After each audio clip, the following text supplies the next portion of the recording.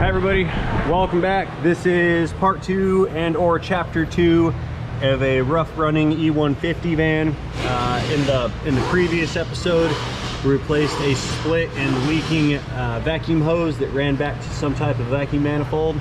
I didn't pull the doghouse cover off this to see what that component does. I was just able to sneak this hose in and out and make the repair. But while we were diagnosing it, I also found, actually I found several vacuum leaks, one of which was going to be the EGR valve, and the next one was the brake booster. So in this chapter slash episode, I'm going to pull this EGR valve out of here and replace it with a new unit. So stay tuned, this is pretty good. Like I said, this thing's an older van. It's a 1997, so everything's a little bit rusty. And I'm just going to go ahead and apply some lubricant to that EGR, and hopefully this tube nut will come off without too much grief. I've mentioned before, and you guys may have seen it in my toolbox tour video, of some special and expensive wrenches, and this is one of those occasions, yeah, that one, where I'm going to need those wrenches. These guys are quad angle flank drive plus wrenches, and the reason that they're quad angle is for tight squeeze places like this where you really just can't get a regular wrench to fit. So with any luck, this should come loose with a quickness. And I'm hoping I don't have to apply any heat to it. Oh yeah, that was beautiful. Came out no problem. In fact, I might be able to walk that out by hand now. Let's see. Yeah, I think so, maybe. Super fingers. Yeah, earlier in the last iteration of this series, I had installed a smoke production machine to the intake, and we found that the pressure diaphragm, well, vacuum diaphragm I should say, inside of this EGR valve was leaking out, therefore contributing to the leaks in the intake stream, which was contributing to the poor engine performance due to unmetered air entering the engine. And looks like we've just got two 10mm bolts right here.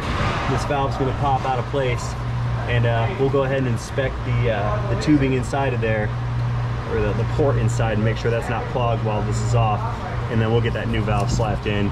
Then we can move on to the brake booster, which is going to be the cool part. I'm kind of working at an odd angle to get access to those EGR bolts, so it's a good time to bust out the old wobbly bits. Break them loose by hand because these electric ratchets are, whoa, that's kind of tight. I was saying these electric ratchets are not designed to use the power feature to break loose or torque fasteners. But since that was a little tight, I'm going to give it some lube, and I'll try to break that loose just with a handheld ratchet. Also, that 1/4-inch drive extension got a lot of flex to it, so I'm upping the wobblies to a 3/8 drive. Once I break it loose, I'll go back down to the 1/4-inch. There we go. That came out pretty good. And let's get the other one loose. Ooh, that's tight. There. Okay. Back to plan A.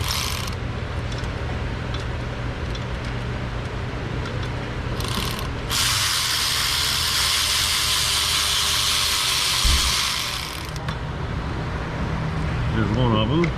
And numero dos.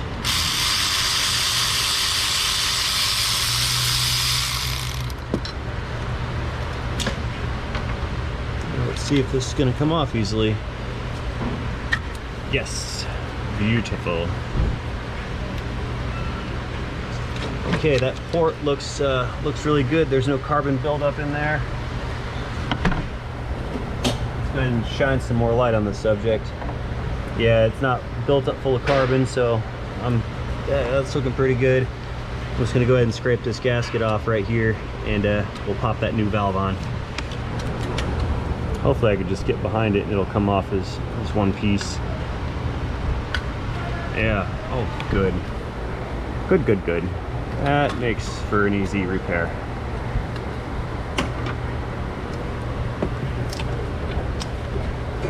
There's that gasket. And a few more scrapes to lose the residuals that left behind.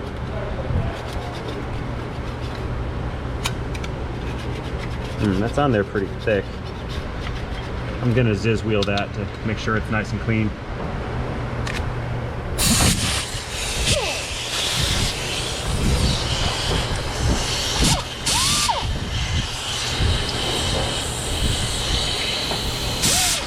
It's a very odd angle.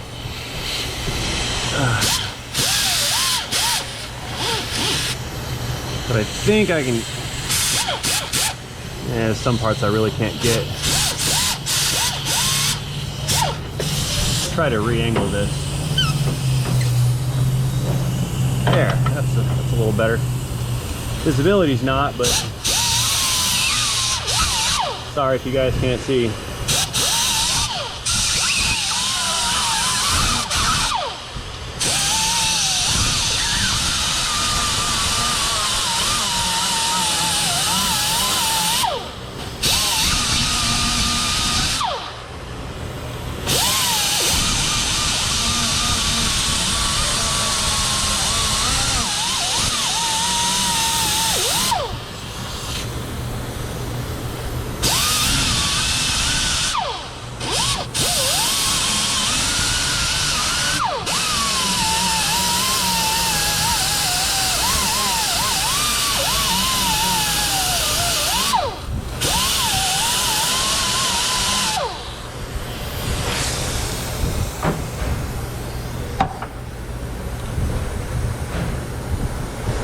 The shadowing is a little weird on this, but I do have all that gasket material removed.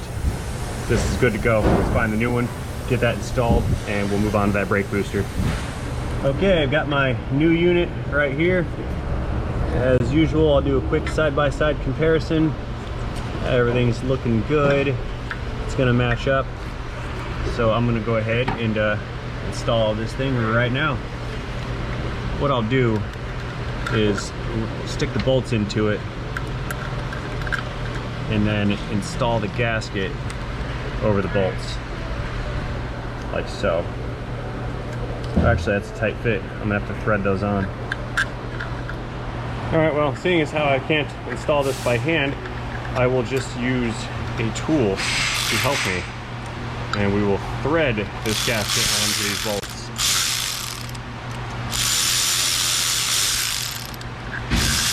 Yeah. I'm only gonna go about halfway. That way I still got some working room left over in there. So let's get this thing back in its home and bolt it in. Okay, let's. Things distracting me. I can't imagine what it's doing to you guys.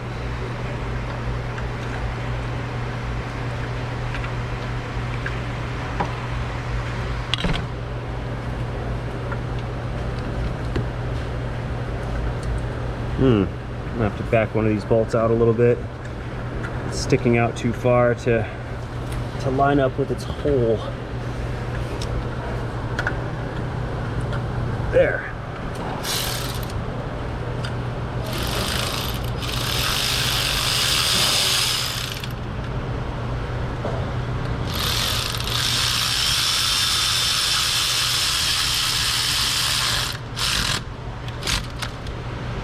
Click.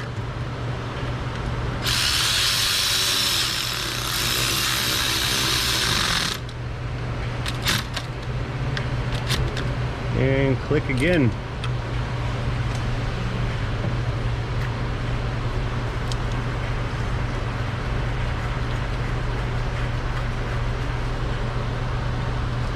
Let's get that vacuum line so I don't forget it. It's embarrassing to overlook minor details.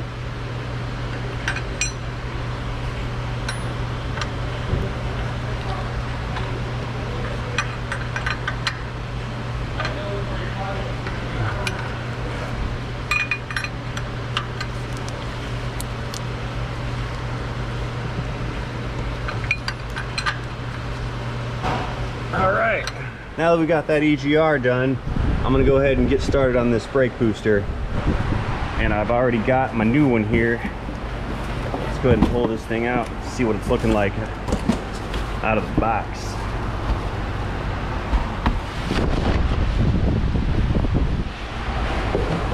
This thing is essentially a very large vacuum chamber with a rubber diaphragm, big rubber diaphragm inside, and one side of it is pulled into a vacuum from the manifold vacuum line, and it creates a negative pressure on this side.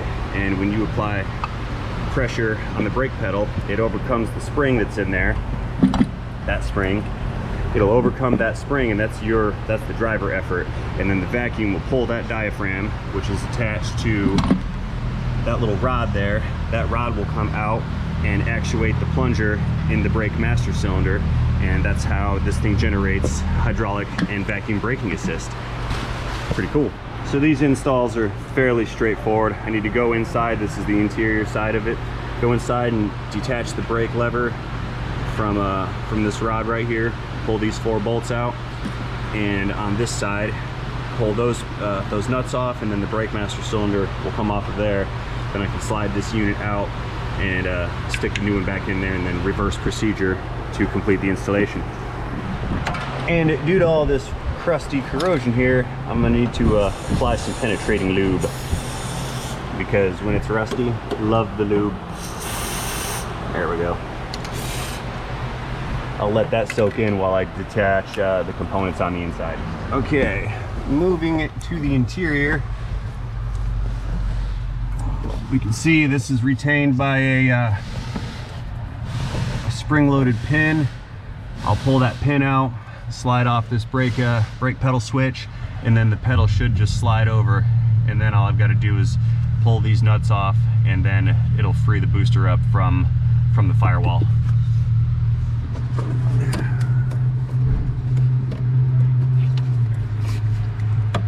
A job like this is not to be taken lightly or rushed through, because failure to install this properly, like forgetting to put this clip back in, for example, is something that could cause a catastrophic failure.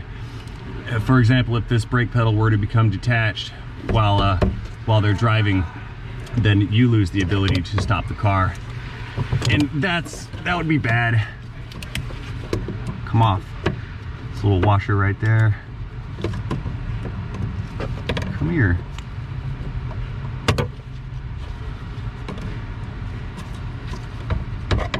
There it is.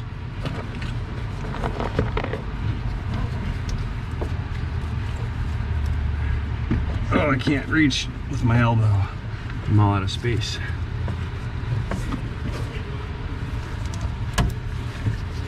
See how that slides off? And there's the brake pedal switch. I think that's a 14. Let's see if I got it right.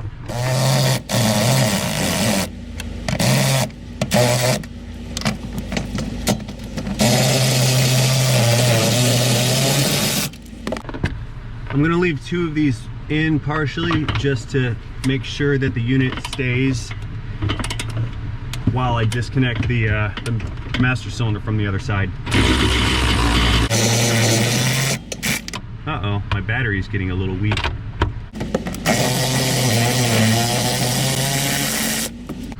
Okay.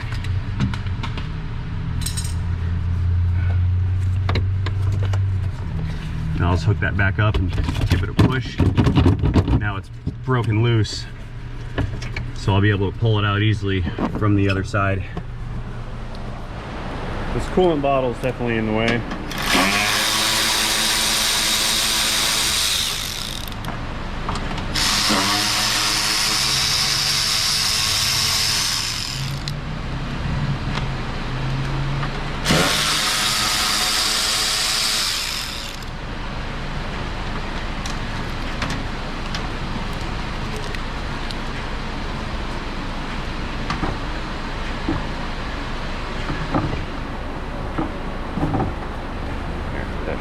Okay.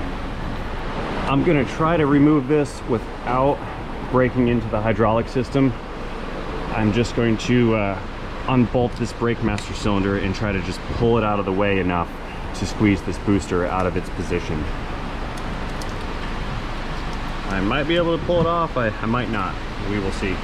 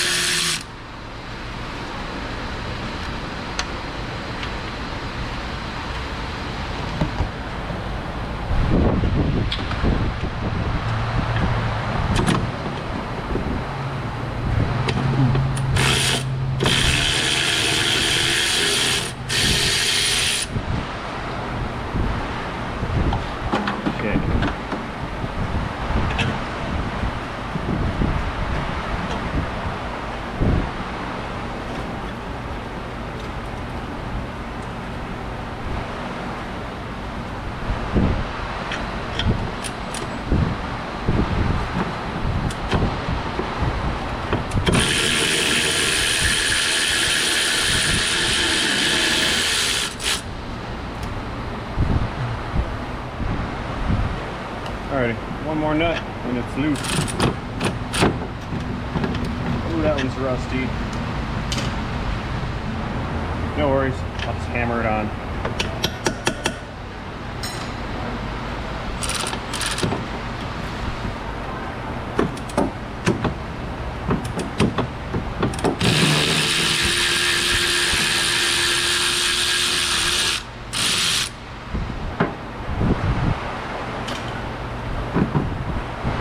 Okay, it should be free.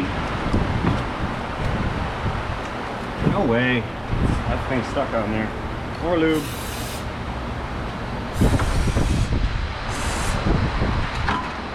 I'll give it some pry bar tappy taps. See if I can't get it to separate. The two parts are rusted together with corrosion.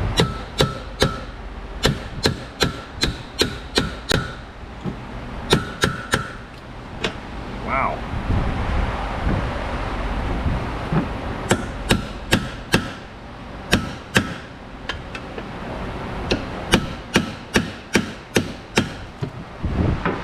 There we go.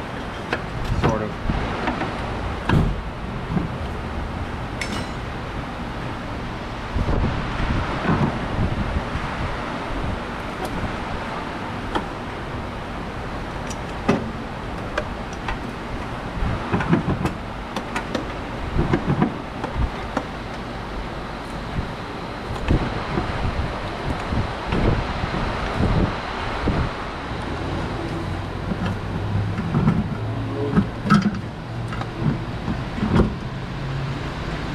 Okay, so I can move this aside enough.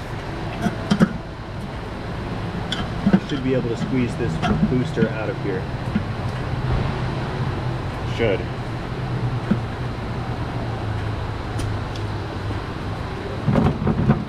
I'm gonna go back around the inside and get those other two nuts off so it's no longer held in to the firewall.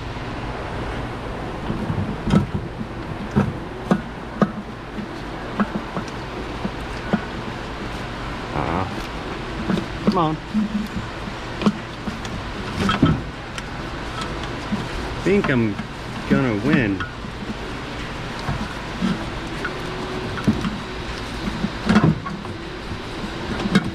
Barely, maybe. Come on out. Here it comes. Beautiful. Got it.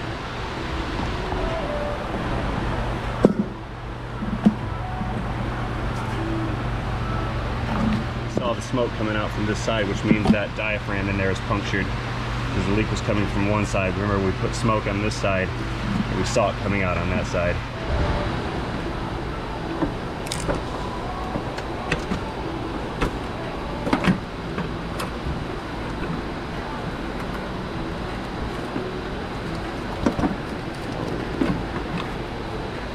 Get that under there. Okay. Yeah, there she goes. It's gonna go in.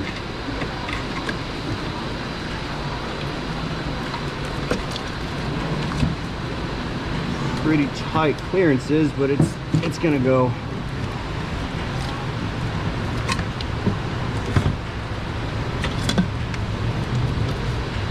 I can't see where the studs are. I'm just gonna have to reach in there and just try to feel it. It's close. Let's see. I'm like right on it.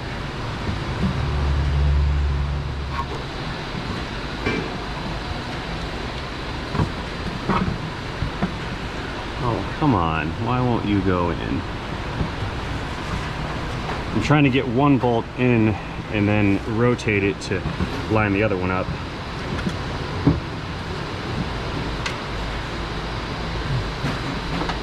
Oh, okay. I can see a little better from this other side. I'm over here on the left now.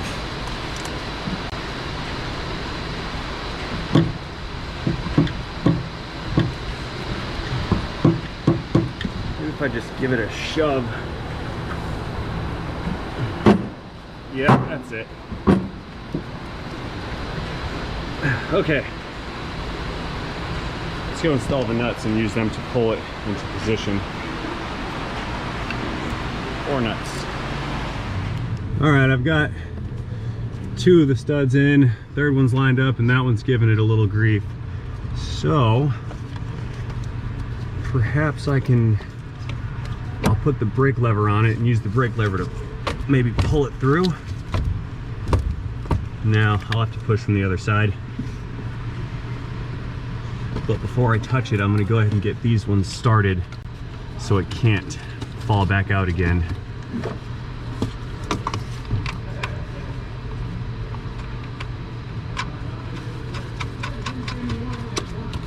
There.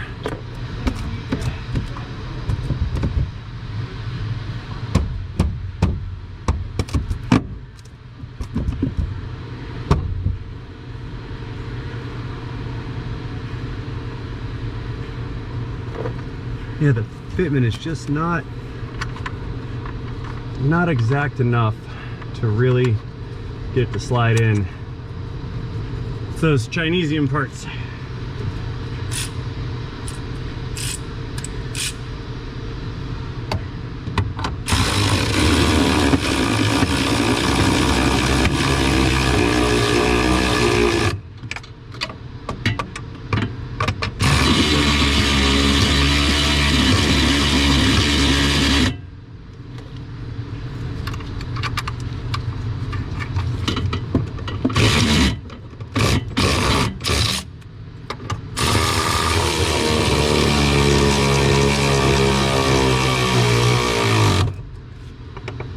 Thick.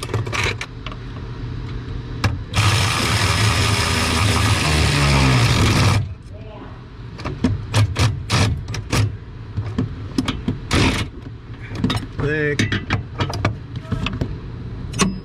Give me back my socket.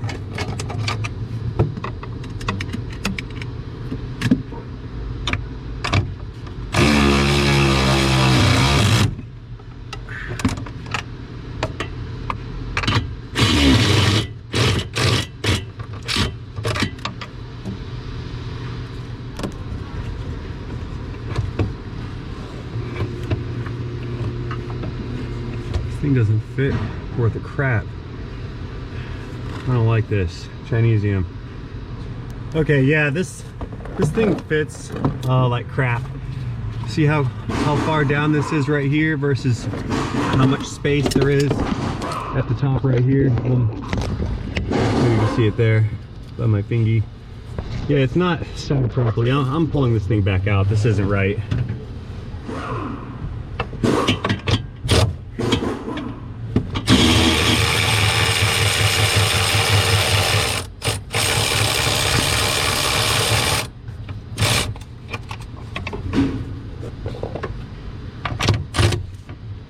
Yeah, this displeases me.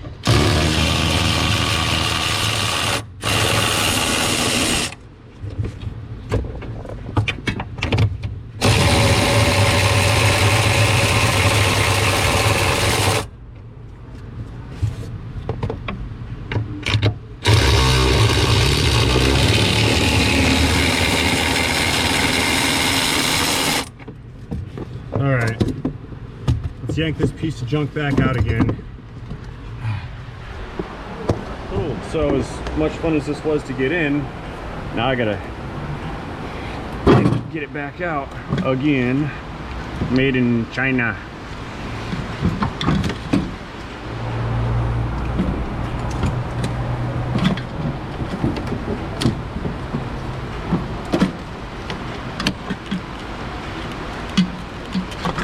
Oh, come out of here.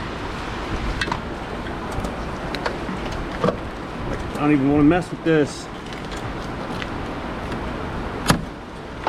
Come out. All right, so I got these side-by-sided, and I was employing the use of some calipers here, making some measurements. I found that the bolt pattern is the same. The spacing between the bolts are the same, right? We've got a flat side here on the bottom and a flat side here on the bottom.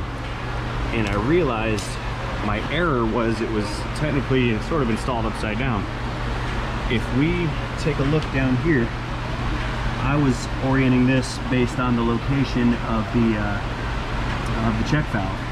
See, this check valve is on the right, and this check valve is over here on the left. When this was installed, they installed this half upside down, which changed the orientation of how everything was going together based on this slant right here. And this is a defective manufactured part because of El Cheapo construction. No quality control. We are living in a false economy. Alrighty, got another brake booster here. This one's Hencho in Mexico. Forgive my Spanish, I'm not fluent. But we can see here, if we compare the two, there's the flat part and the taper, flat part and the taper. Left front upper corner is where the hose plugs in, and same position on the replacement unit. So this one is built correctly, and this is the one I will be installing. Okay, and since you guys have already seen this, I'm just gonna go ahead and pause right now and skip right to the finishing part, because there's no sense in doing everything over and over and over again, because I'm running out of time and I don't want to make this an hour-long video. So I'll see you guys in a minute when I get this back installed. Actually, I lied. This thing slipped right into place. Okay, we have fast forwarded a little bit. I have got this booster installed and bolted in from the inside, and I went ahead and connected the brake pedal switch, the grommets and shims, and I've got that retainer spring already installed. So my work is complete on the interior of this particular job. Let's go back around under the hood and get that brake master cylinder bolted onto the booster. Okay, time to get the warning and attention labels removed and get this booster lined up, master lined up and installed.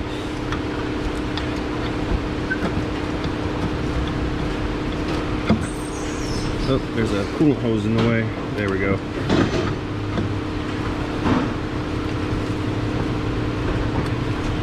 I'm getting ahead of myself again. I forgot to change the seal. It's on the back of the master cylinder. I got a new one in the box. So I'll pop that guy out with a pick. Here it comes. Yeah, there's the old seal.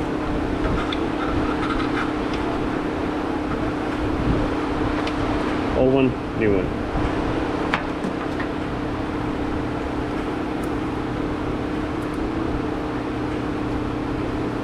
There.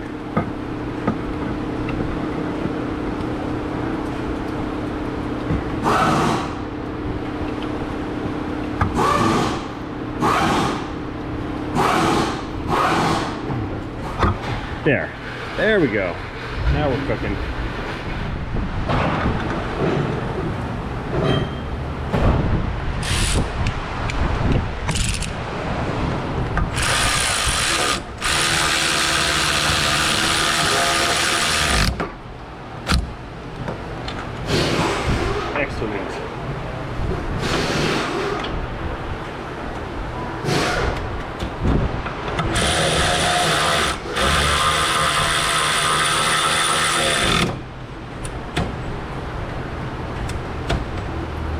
Click.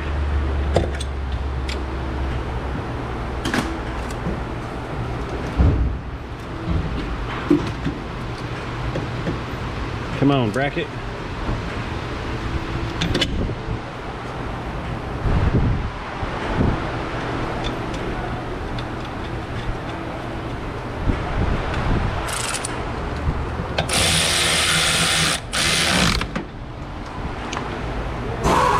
And one more bolt for the bracket, one more nut. I always call the nuts bolts, I don't know why, but I just can't break the habit.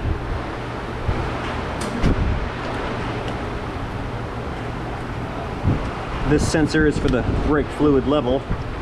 If the level gets too low, it'll turn on the red brake warning indicator.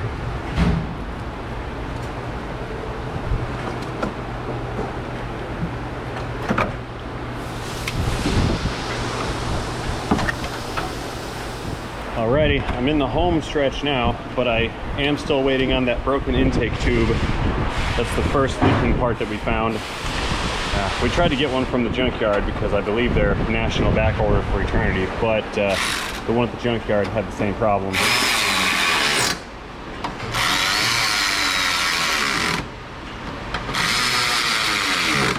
Okay, that's back in place. Now I just need to make sure I connect. Where did the hose go? Oh, right in front of me. We'll get this hose connected. There.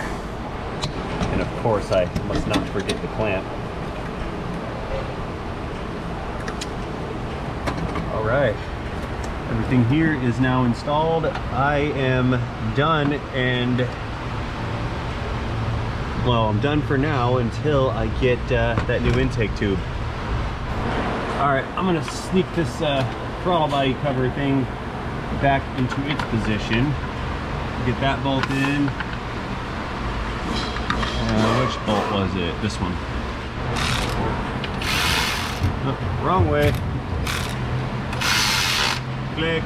Okay, this thing's on hold until we can come up with a plan to get this intake tubing assembly that we've been desperately trying to find for a couple days. We just had one of our guys go to the salvage yard to get that pipe, and he could not locate one that was in good condition. I'm gonna go myself to another salvage yard, I think right now, and go try to hunt one down myself, because I'm getting tired of waiting. This is nuts. All that being said, it looks like this is gonna conclude chapter 2/part 2 of this Econo line repair. It looks like part 3 is gonna be a field trip to the junkyard. So go ahead and check the description of this video for the links below that will send you over to part 3, and I'll see you guys there.